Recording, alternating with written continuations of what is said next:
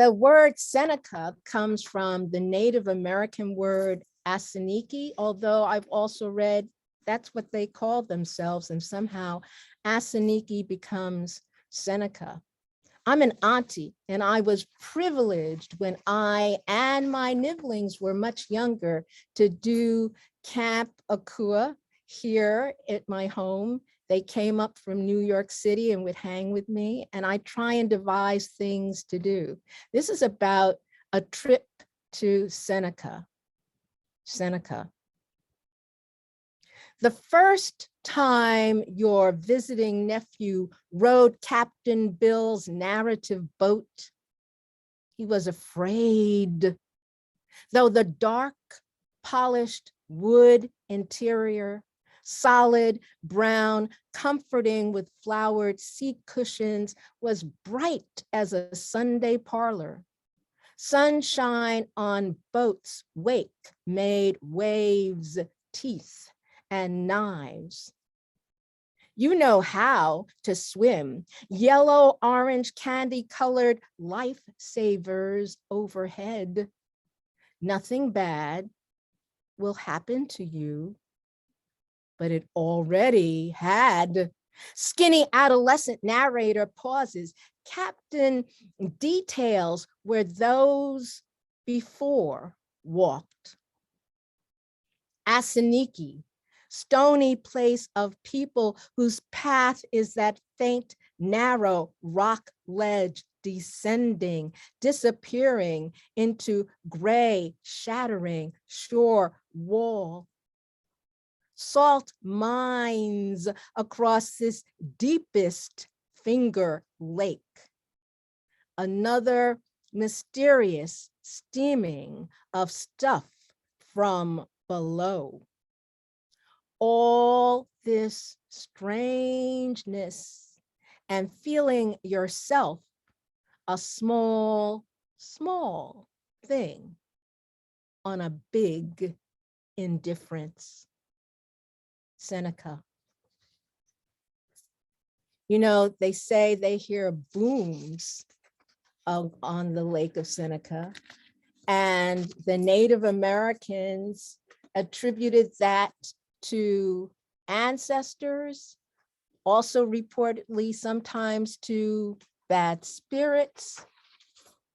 So he felt that. This is a new poem. I wrote it this year and am delighted that it's in a lovely magazine online called Storm Shelter. Storm Cellar. It's called Take Shelter. And Take Shelter was inspired by a movie of the same name in 2011. I found this movie profoundly moving, and this is my response to it. Take shelter. I would not be the wife insisting you be normal. I would know that you were having nightmares. I would fight the rabid dogs that bite you in your dreams and tell you how to handle the bad boss as I did, and role play so you could overcome craven colleagues and bumbling bureaucrats. I would put toilet paper and chocolate in the shelter, your favorite blue wool sweater, music and dried fruit, notebooks and sketch pads, crayons and pens, food to be resuscitated with bottled water. You could tell me, for I listened to the birds before dawn passing the word and heard the whip of many wings beating the opaque sky where clouds drew warnings and wept. And I know that a monster storm's coming. because I seen it too, beloved. I've seen it too, clear as day. Take shelter. Thank you.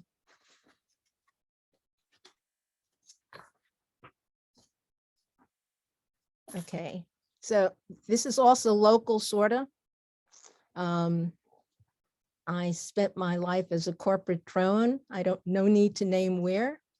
And this is about that division, and it's dedicated to a fellow warrior, struggler, Monica, that division for Monica. One day, ghost hunters will come to this building with their machines and see our rooms carved in institutional stairwells, Sharpie scribbles left where we met in secret, in passing, after lunch, and before conferences to guard our sanity and protect ourselves from the demons we worked with. Even so, it was not enough. As they chanted in the meeting rooms, cabaled on the golf courses, covened at their secret dinners, passed signs as typos in memos, that letterhead in that strange font, and the way they looked at our mouths as if our clear speech was unfathomable and every action questioned, though they knew no better, often worse, but we were not to be trusted. Even though hired, vetted, selected, we could not get to the roof to undo the daily damage.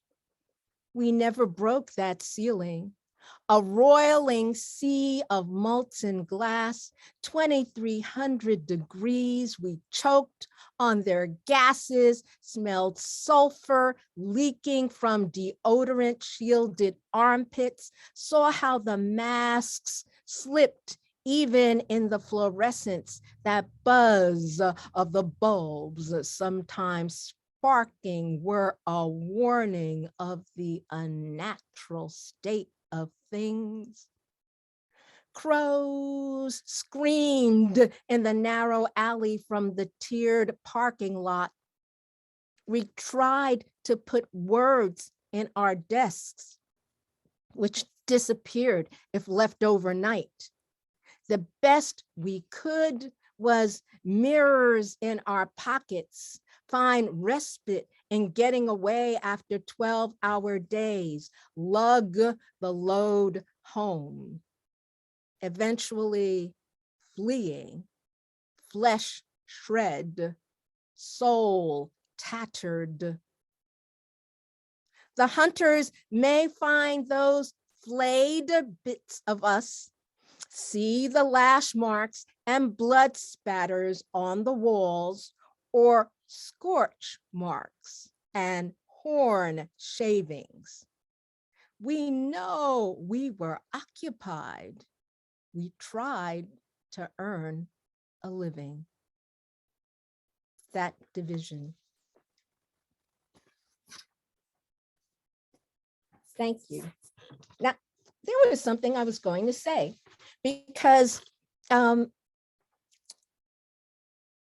the reading talks about speculative poetry. And I wanted to tell you a bit about speculative poetry. Speculative poetry, I summarize it as the poetry of possibilities. And it includes alternate history, astropoetry, cryptids, monsters, cyberpunk, dystopia, fairy tales, fabulism, fantasy, folklore, futurism, horror, magic, mythology, occult, paranormal, robots, science fiction, shifters, slipstream, solar punk, space opera, superhero, supernatural, sword and sorcery, sword and soul, steampunk, time travel, post-apocalyptic, and weird. Here's a great quote on it. The poet presents an unreal world as though presenting the real one. That's from Mark Rich. And I think I'll skip this one because I had 2 cat poems and I'm looking at the time and I'll just do 1 cat poem.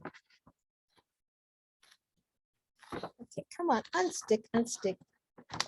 But they're both about the same creature that doesn't love me. This creature doesn't love me. This is Watch. He tells me nothing, this dark feline emissary I serve, but daily, when not otherwise occupied, watches the portal, interdimensional, on the back wall, next to the door, other side of tall kitchen cabinets near the floor. Exterminators have tested for incursions of trapped or traveling vermin, insects, and found nothing. What warps or shimmers there? What pulses or dilates, streams or inhales? Is he guard, greeter, or communicant without fear of discovery or relief from duty?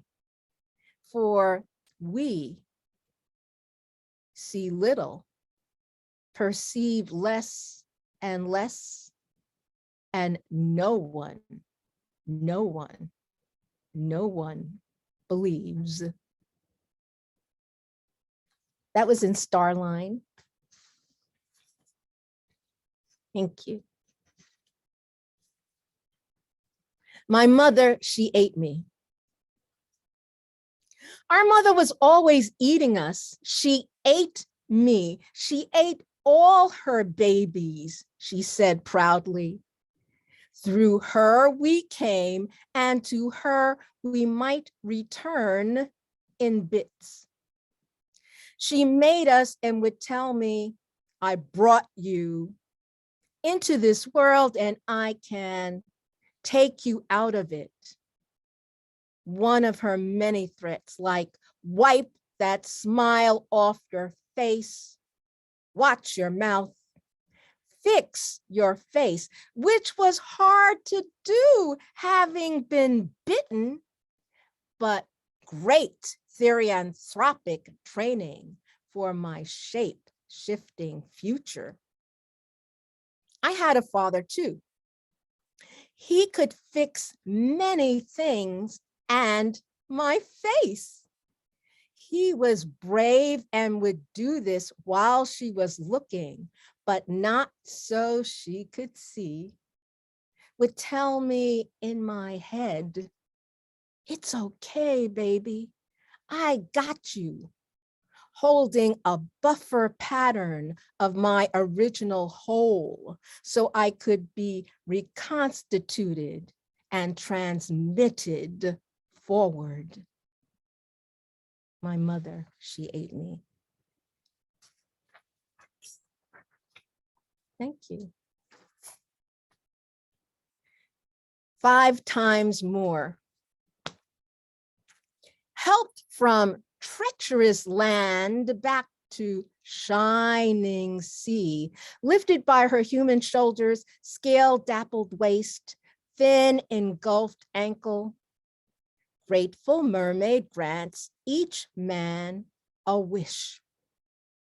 One asks for twice his wisdom and poof, spouts Shakespeare's sonnets and sculpts. The second asks for 3 times his wisdom and voila, knows quantum physics, architecture, chaos theory.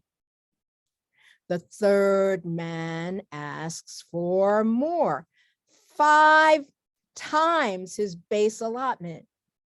Mermaid warns, so much. Are you certain? He insists, Are you granting wishes or what? But this will change everything. She troubles sweet water. This will change everything.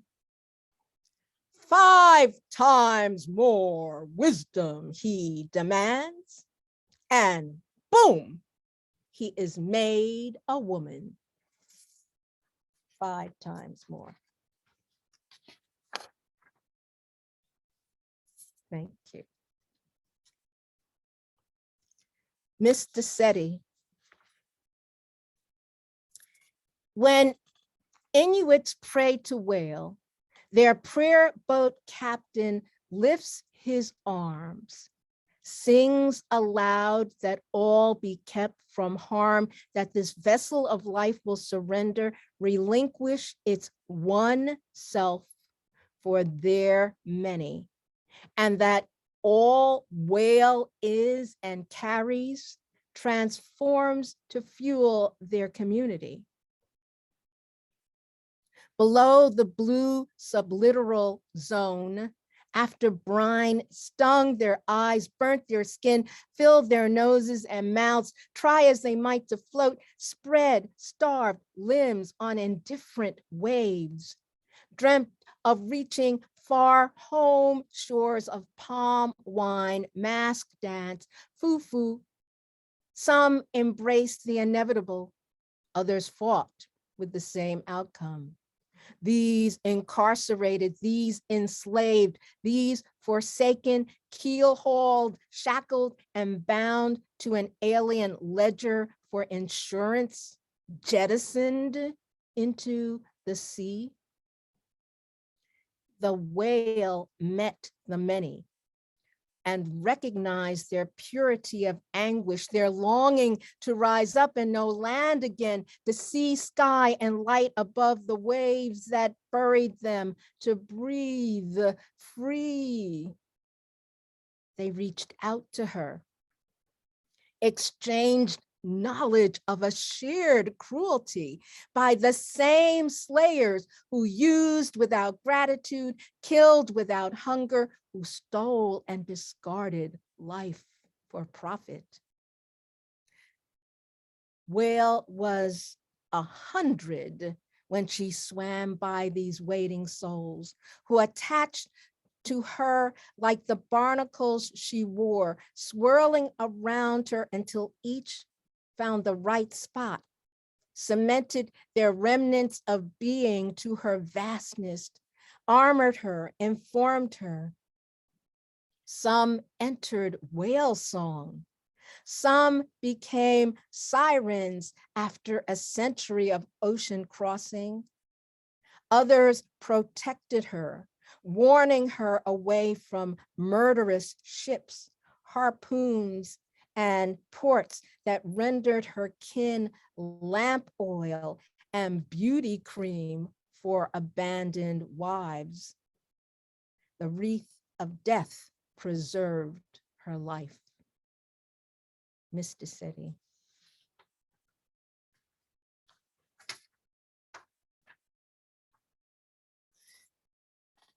I had a great affection for anime, which has abated as the product has not kept this incredible moment. It had some incredible high moment. So much so that there's even a new series based on an old anime. I mean, it's really interesting how, people are looking at some of these classic, and that was Cowboy Bebop, which was just really incredible. So now the anime was, we'll talk later another time about what the live action has been like. But anyway, these are some scifaiku from an anime that I liked, and the story's in them, but they're short. Gondoliers ply craft, missed ships floating fore and aft, lullabies drifting. Gondoliers strum strings, terraformed waterways sing, lifting mist ships' wings. Gondoliers train hard, learn songs of alien bards, making water sing.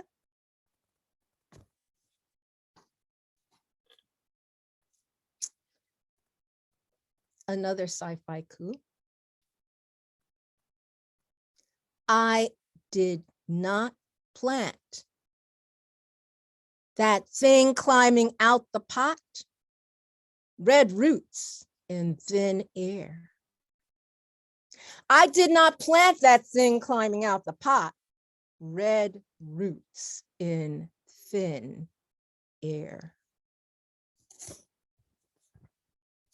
That was in the Halloween special of last year, Gnashing Teeth.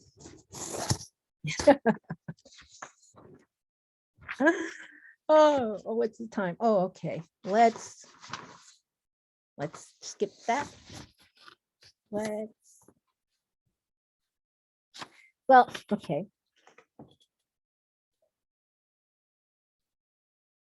I perhaps should skip this, but I love this poem because I've come to realize how much we don't perceive. So I loved elephants and learned elephants heard through their feet. And I love whales and whale talk.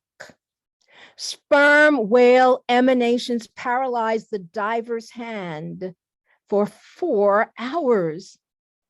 He had put forward that tiny bit of frail human architecture. Their clicks stunned it still. They don't engage the submersible nor the equipment burdened body. You must present yourself unencumbered and unshielded and hear their unspooling speech, which voyages deep, wet distances. Speech which spans a globe of liquid surrounding a roiling molten heart. Speech traversing realms and territories of nation states freely. Speech which doubtless does as much as it undoes. Clicks you from the inside out, moves as much as it halts. From brains 6 times larger than ours, possessed 15 million years longer, dense spindles packing each micro measure with sonic layers of multiple meaning, holds within its music power, within its power magic. Sperm whale, come speak me whole. Whale talk. So those of you who may have loved Star Trek as I did know that one of the movies was about going back to get a humpback whale to speak to the alien that would not speak to the humanoid beings, to save this solar system. And what's so amazing about life, if you've seen images of the Oumuamua, the unidentified object traversing our solar system, you can Google it later. Artists' images, the best they can get the glimpses of the Oumuamua very much resembled that prescient Star Trek. And I always thought, oh my gosh, someone got a message. And indeed, this is happening. I mean, the Aumuamua probably were chatting with our whales, didn't bother talk to us.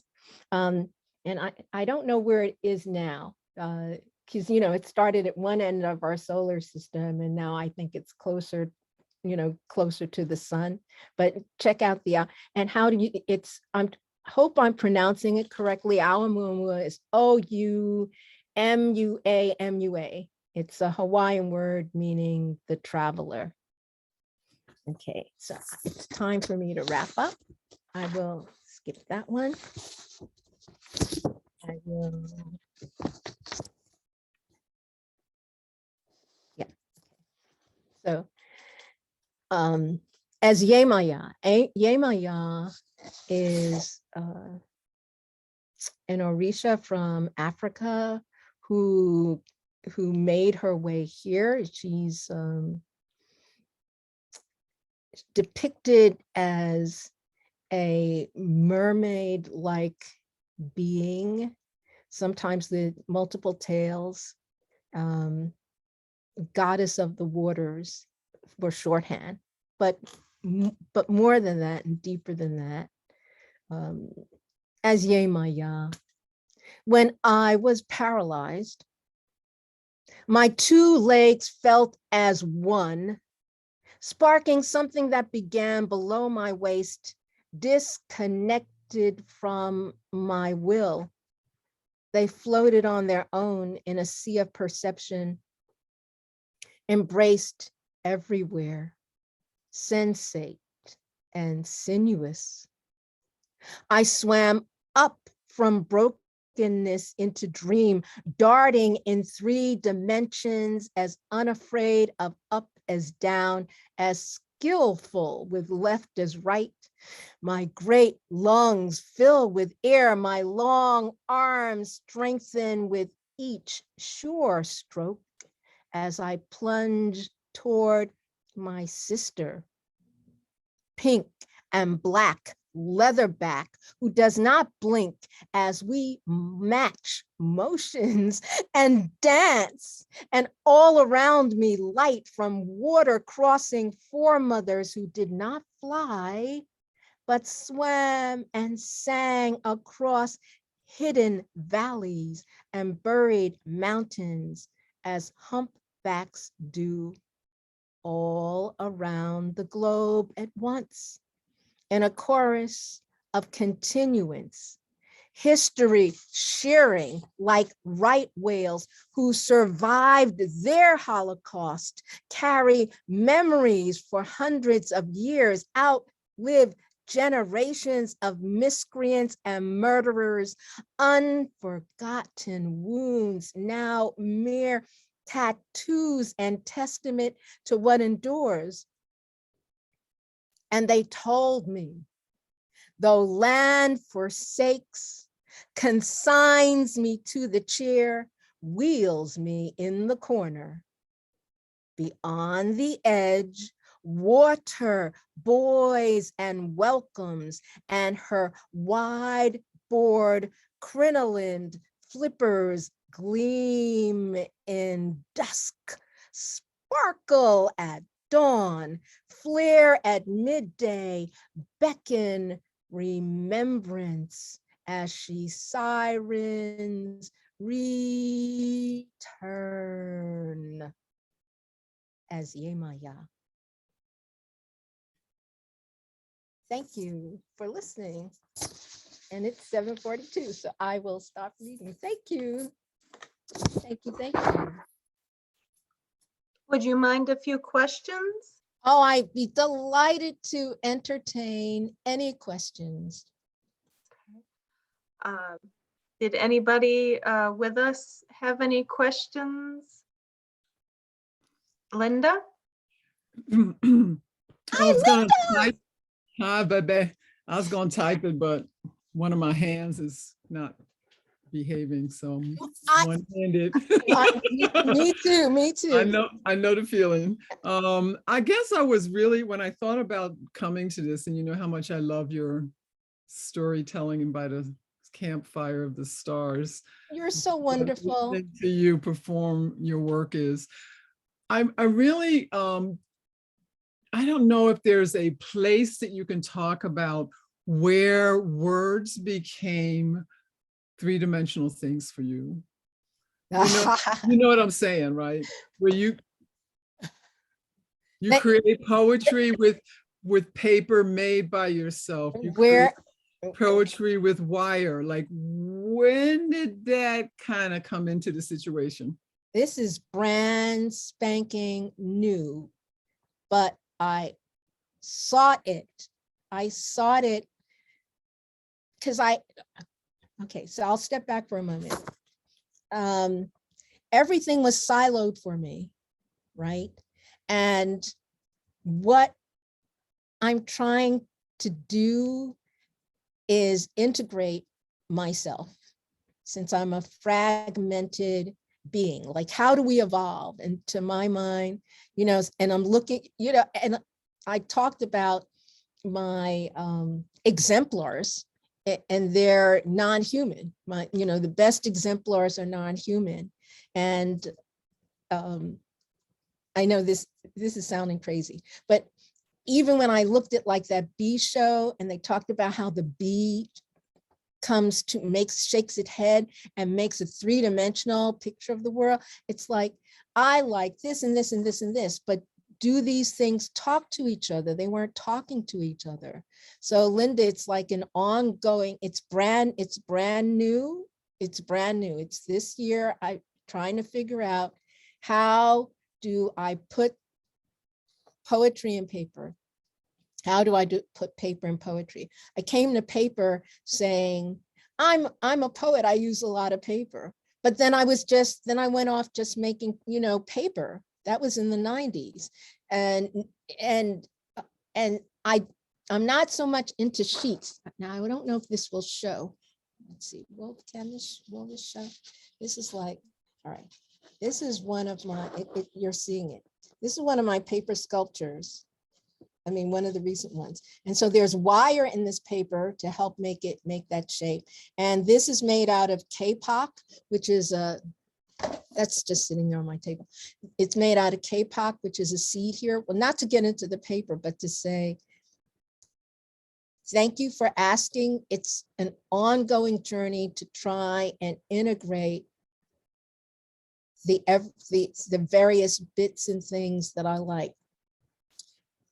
For those of you who are on the call who don't know, Linda Addison is much awarded poet, creator, writer, and she happens to be the Science Fiction and Fantasy Poetry Association's Grand Master.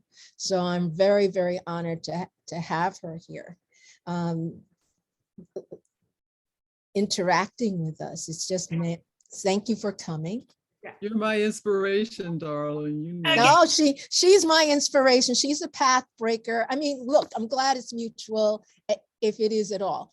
Okay. But I wanted, yes, Lois, yes. Hi.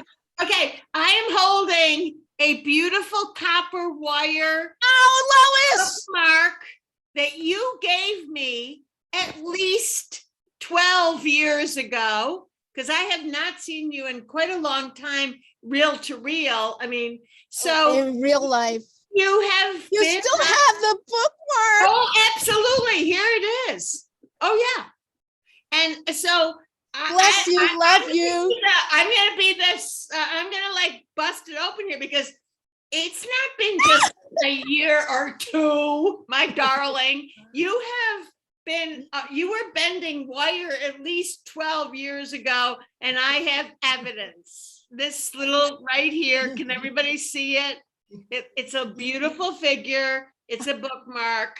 So busted. But no. But let me explain, Lois.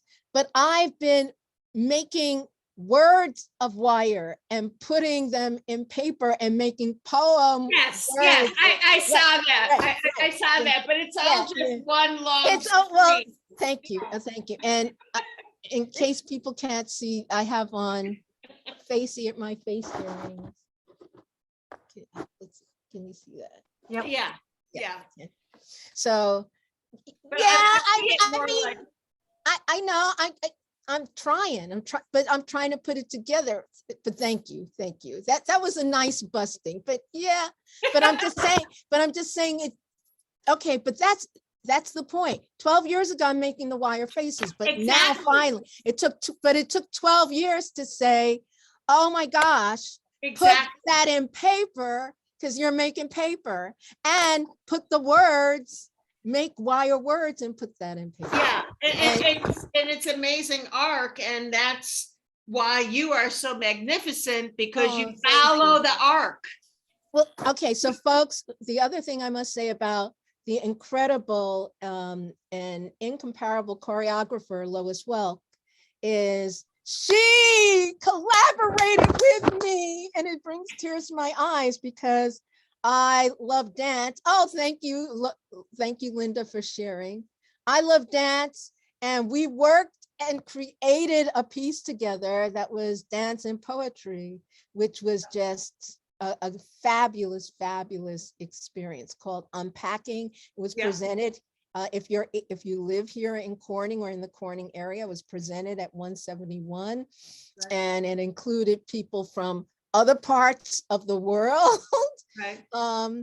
Oh my gosh. But just to fill in people here that don't know me, what the magnificent thing about collaborating with Akua was that she said that we would have to have dinner every week. I think it was every week on Wednesday or Thursday or whatever it was. And we did. And it Did was, I do that? yes. Yes. And you came to my house and we had dinner every We week. did. I remember coming to Oh, your yeah. house. Yes. Yeah, Yes. I think that's why I have this. So Oh. this is a but going back to what Linda said, you do make words three-dimensional, and the weight of the words and your performance. And then again, like you started in the beginning talking about being connected in the internet. I am so happy to be with everybody who's here tonight witnessing your live performance. Thank you so much. Oh, thank you for coming. Wonderful creator, wonderful creator, community builder, former director of 171, And dancer, beautiful woman. Go on, just go on. Yeah, No, yay. Thank you for coming. So the questions, that was such a good question. See what you did, Linda? She's good. Any other questions? No. Okay, go ahead, Michelle. Yeah. Well, I have a couple. I wondered, what's your writing process like? Do you veer more towards sitting down like it's an assignment, or do you become inspired and then sit down? What's your writing process like? Okay, so I don't know how to describe it because it's all of the above. I'm working on a series, and then I'm working on another series, and then I'm working on another series. For November, I said, I'm going to sit down because it's NaNoWriMo, for those who don't know, National Novel Writing Month.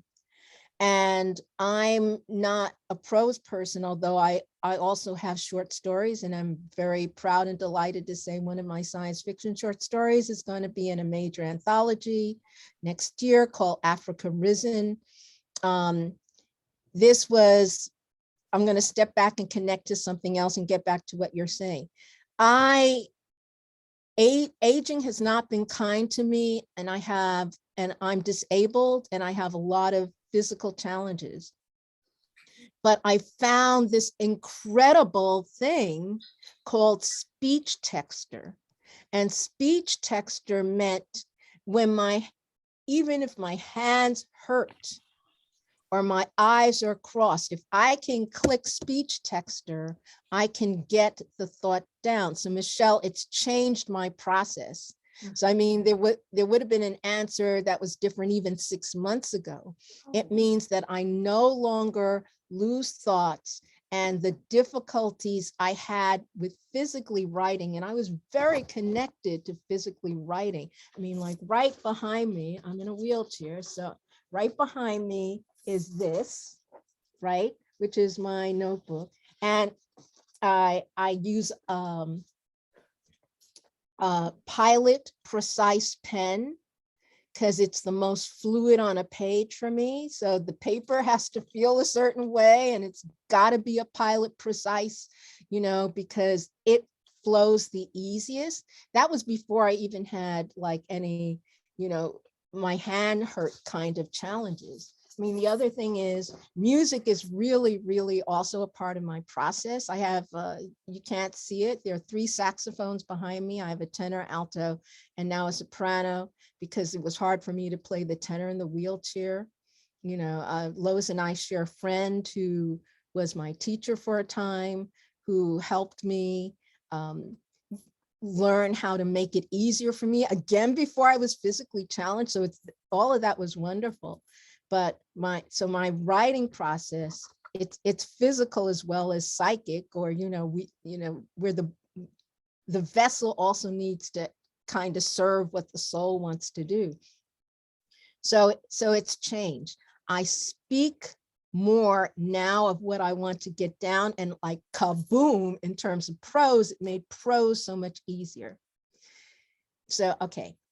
Yes, I give myself assignments. I'm a poet, and for all the other appellations I've had, I tried to say, and you mentioned in my bio, from my earliest life, I've always been a poet. The through line of life for me is poetry and music. Always sang or did or played something, and always did poetry. In fact, my family story about me and poetry is that for whatever reason, before I was literate, see, now my nibblings are literate sooner than I was, but before I was literate, I would dictate poems to my mother, and she would write them down, and I'd have her read them back to me. So bless you, mommy, my first secretary. Since I couldn't write them, she would write them for me and tell me, and I, read it back to me. Well, okay, this technology now gives me, again, someone recording the words for me when it's a challenge for me to record the words. So that's changed my writing process. Inspiration, I try to be ready for it. So I meet it with preparation. There are pads, pens, papers everywhere, but that's not even necessary. When I said, you're in a wheelchair, just make sure it's on the back. So it's always in the bag at the back of the wheelchair. So I'm never without, should I be struck by something. And there's a computer that lives in my bed. Again, because I'm disabled, now it's not about having to get up and go anywhere. There's a computer. I'm not at that computer. I have a computer at my desk area, and I have a computer that lives in the bed. All of this to facilitate the muse's arrival. So she's always invited. She's always invited. I do exercises and work. And this past month, but also enabled making the words three-dimensional in terms of paper is I remembered an exercise from my youth that the fabulous poet Thomas Elias Weatherly, who wrote Mau Mau American Cantos, taught me.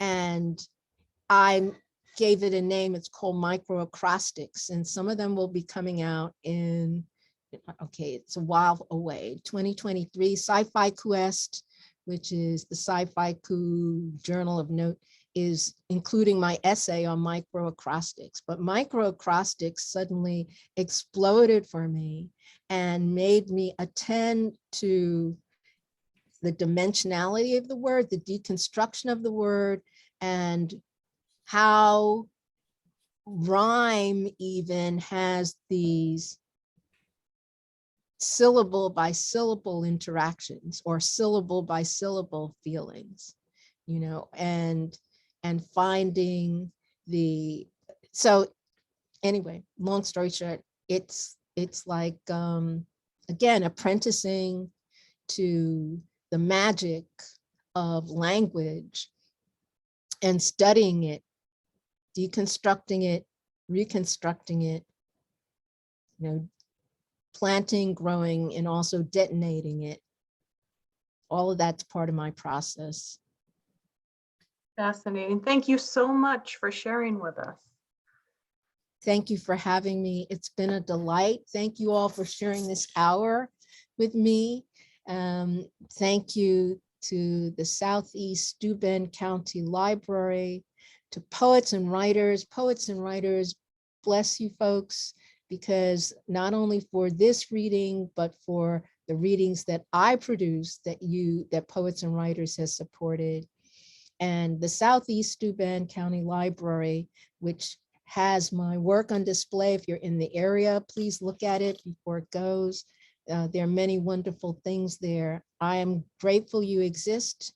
I know there was a period when our community did not support your existence, and I and others were frightened and afraid for your non-existence. I'm glad that you're there. It's really important in the part of the world that we live in that you continue your programming and your endeavors. Thank you. Thank you. Thank you. Thank you everyone for joining us. And thank you, Akua.